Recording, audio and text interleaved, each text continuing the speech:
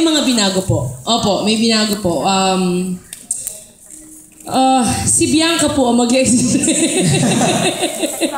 Ilang percent direct ang binago po ninyo? I cannot quantify it, Okay. no?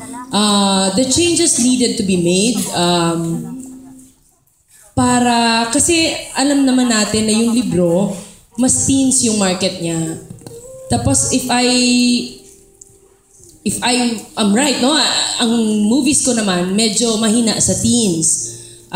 Tapos parang gusto kong makapasok din dun sa pelikula at gustuhin ng mga katulad kong mommies and maybe mas mommy pa sa akin na mapanood yung pelikula.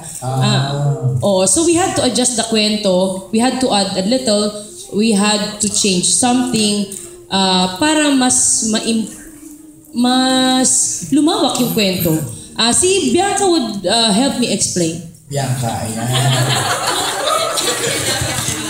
Go, Bianca. Basically, marami pong nadagdag. So, yun nga, gaya ko ng pag-explain ni Direk, kasi yung readers ko, teenagers eh.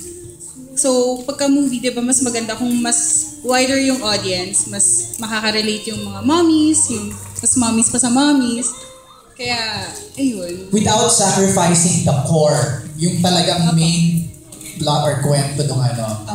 So, the changes were made with you being consulted about it. So, bago po nila gawin yung script, baguhin, nag-consult naman, nag-meet naman kami. At saka nagustuhan ko naman po.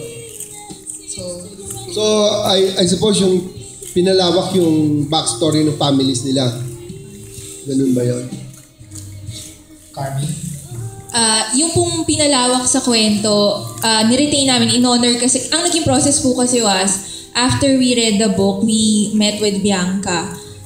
In-explain namin sa kanya, tinanong namin siya, paano niya sinulat yung kwento. Kasi na-realize namin ang importante na maintindihan paano nila sinusulat.